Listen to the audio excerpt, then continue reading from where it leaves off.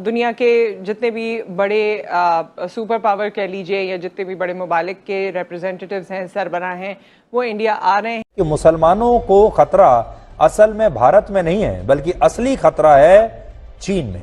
मस्जिद के अवैध ढांचे को गिराने से रोकने की कोशिश की गई तो फिर ऐसे लोगों के खिलाफ कड़ी से कड़ी कार्रवाई होगी। चीन के जिंजियांग में एक ध्वस्त की हुई मस्जिद के स्थान पर सार्वजनिक शौचालय बनाया गया है। लेकिन कभी चाइना की बात हमने नहीं की कि वहां पे मुसलमानों की क्या पोजीशन है और वहां पे मुसलमानों के क्या हालात हैं, क्योंकि सुनने में आ रहा है कि बहुत ज्यादा थॉट ट्रांसफॉर्मेशन सेंटर्स हैं, री एजुकेशन कैंप्स हैं और जो मगरब भी तनकीद कर रहा है, लेकिन मुसलमान खामोश हैं। और मुसलमान क्यों खामोश हैं? आपको सही बताऊं, चाइना में वहाँ पे जो लोग रहते हैं वो बेचारे रह भी नहीं सकते। इंडिया में इतना जुल्म नहीं होता।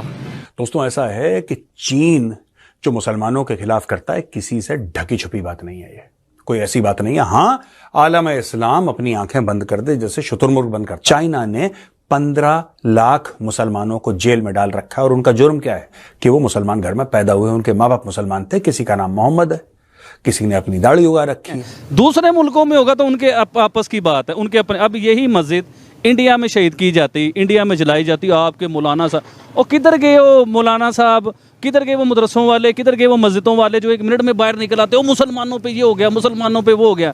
और भाई ये चाइना में मस्जिद जला दी। सारी बात है, पाकिस्तान और चीन के अच्छे हालात हैं तो हम इसको डिस्कस नहीं करना चाह रहे, करते अमूमन स्टेट लेवल पे। लेकिन फिर वो पाकिस्तान की जो पोजीशन होती है इस्लामोफोबिया के ऊपर, वो अमूमन कंप्रोमाइज हो जाती है, बिकॉज ये डबल स्टैंडर्ड्स हम लेते हैं। या उनके हवाले से अग्रेसिव पॉलिसीज को प्रमोट करना, ये तो मैं समझता हूं कि जो वेस्ट के अंदर इस्लामोफोबिया हो रहा है, ये उसकी कोई, जिसे आप कह सकते हैं, बड़ी एग्रेंडाइज फॉर्म के अंदर, बड़ी होरेंडस, जिसे आप कह सकते हैं, शेप यहाँ पे चाइना के अंदर। उनकी एफिशिएंसी को देखते हुए, उनके ये काम को देखते हुए चाइना ने रिक्वेस्ट की, दरख्वास्त की, अपील की भारत से कि हमें आपसे कुछ स्पेशल किस्म के रिएक्टर्स को बनवाना है, मैन्युफैक्चर करवाना है और देन आप उसकी एक्सपोर्ट कर दीजिएगा चाइना के अंदर, क्योंकि इस वक्त हमें जरूरत है। मुस्लिम स्टेट की बात करें, सऊदी अरब और बाकी, तो वहां से भी एक बड़ी आपको लगता है कि एक मजबूत किस्म का कोई रिश्ता इस्तवार करने जा रहे हैं या कोई ऐसी चीज होने जा रही है? इंडिया की तरफ बहुत झुकाव है तमाम ममालिक। दरअसल इस बार भारतीय इंजीनियरिंग का डंका चीन में गूंज रहा है। इंजीनियरिंग और निर्माण के दिग्गज कंपनी लार्सन एंड टर्बो यानी LNT ने हाल ही में चीन को दुनिया का सबसे भारी इथिलीन ऑक्सीडाइज रिएक्टर का निर्यात किया है। सो इंडिया अपनी सॉफ्ट पावर के जरिए सामने आया है, अपनी पॉलिटिकल स्टेबिलिटी के जरिए सामने आया है, एंड देन कंज्यूमर मार्केट है। दुनिया इंडिया को देखती है कि आप जाके दुनिया में हर चीज इंडिया में बना लें। लेकिन इंडिया के बने हुए रिएक्टर्स गए चाइना के अंदर और अब वहां पर जाकर टास्क परफॉर्म करेंगे। इसके अलावा CNBC और कुछ और ऐसे इदारे हैं जहां पर ये कहा जा रहा है कि जो मोदी का टारगेट है वो 7 ट्रिलियन है। उनका टीम वर्क ऐसा है या उनकी सोच ऐसी है, उनकी प्लानिंग ऐसी है, या क्या चीज ऐसी है that they are coming out, मतलब they are coming out in a very different way और वो अपने आप को मनवा रहे हैं? वो क्या चीज ऐसी है? Hello friends, welcome to our channel. जैसा कि आपने वीडियो में देखा, चाइना ने माइनॉरिटी में रह रहे चाइनीज मुस्लिम की एक बहुत बड़ी मस्जिद को शहीद कर दिया है। ये सब देख पाकिस्तान में रह रहे मौलानाओं की चू तक नहीं निकल रही है। अगर ये सब इंडिया में हुआ होता तो अभी तक मुस्लिम उम्मा की बैठक हो जाती इंडिया के खिलाफ और पाकिस्तान सारे 56 इस्लामिक देशों से अपील करता कि भारत के खिलाफ कड़ा एक्शन लिया जाए। पर चाइना में इतना सब खुलेआम होने पर भी इनकी आवाज़ नहीं निकल रही। इसके अलावा भी चाइना में मुसलमानों पर और भी बहुत पाबंदियां हैं, पर पाकिस्तान का दोगलापन तो अब जग जाहिर है। आपका इस पर क्या विचार है? आप हमें वीडियो पर कमेंट्स करके बता सकते हैं। वीडियो को लाइक करें, चैनल सब्सक्राइब करें और बेल आइकन प्रेस करना मत भूलिएगा। चलिए वीडियो में आगे चलते हैं। तो अभी यही so called second largest economy of the world ने रिक्वेस्ट की, दरख्वास्त की, अपील की भारत से कि हमें आपसे कुछ स्पेशल किस्म के रिएक्टर्स को बनवाना है, मैन्युफैक्चर करवाना है और देन आप उसकी एक्सपोर्ट कर दीजिएगा चाइना के अंदर, क्योंकि इस वक्त हमें जरूरत है। हमारा एक नया प्रोजेक्ट आ रहा है, उसके लिए हमारी मदद कर दे।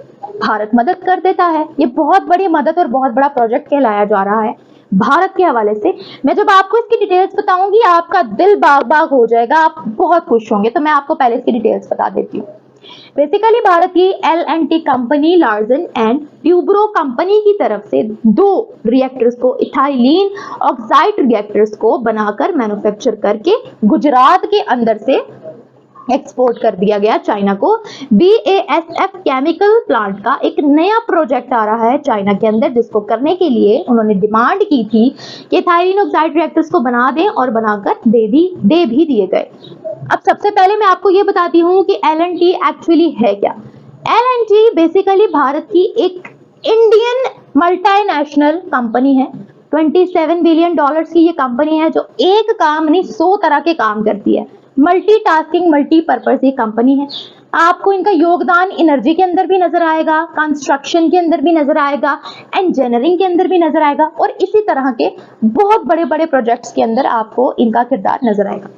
BASF क्या है? BASF बेसिकली इसके जो हेडक्वार्टर्स है वो जर्मनी के अंदर है। एक पेट्रोकेमिकल इंडस्ट्री है जो काफी से सेक्टर्स में काम करती है। लगभग दुनिया की 80 कंट्रीज के अंदर इनकी इन्वेस्टमेंट ऑलरेडी हो रखी है। ग्रेटर चाइना के अंदर ये आए थे 1885 के अंदर और तब से लेकर अब तक उनका वहां पर काम चल रहा है।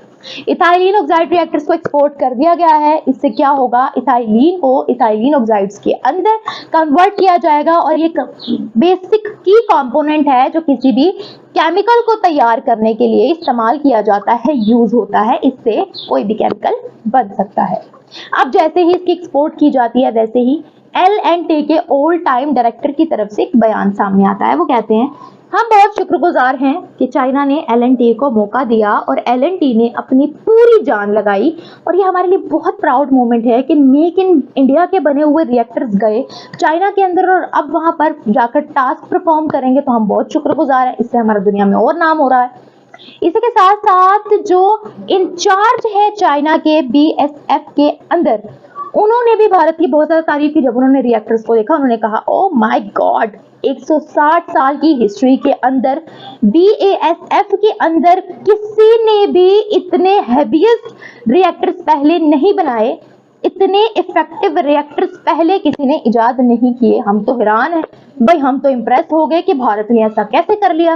उनकी ये एफिशिएंसी को देखते हुए, उनके ये काम को देखते हुए चाइना ने क्या कहा कि हम चाहते हैं BASF और भारत की L&T कंपनी मिलकर काम करें। जो रिएक्टर्स भेजे गए हैं वो चाइना के लिए एक लाइट हाउस का काम करेंगे। पूरा का पूरा प्रोजेक्ट इससे कंडक्ट होगा और हम मजीद आगे भी कोलैबोरेशन चाहते हैं। चाइना की 14 तबक रोशन हो गया है रिएक्टर्स को देखकर कि वाह बड़ा काम कर रहा है इंडिया, वाह बड़े कारनामे सर अंजाम दे रहा है इंडिया। तो फ्रेंड्स, आपको हमारा ये वीडियो कैसा लगा आप हमें कमेंट्स करके बता सकते हैं। वीडियो को लाइक करें, चैनल को सब्सक्राइब करें और बेल आइकन की घंटी बजाना मत भूलिएगा। Thank you.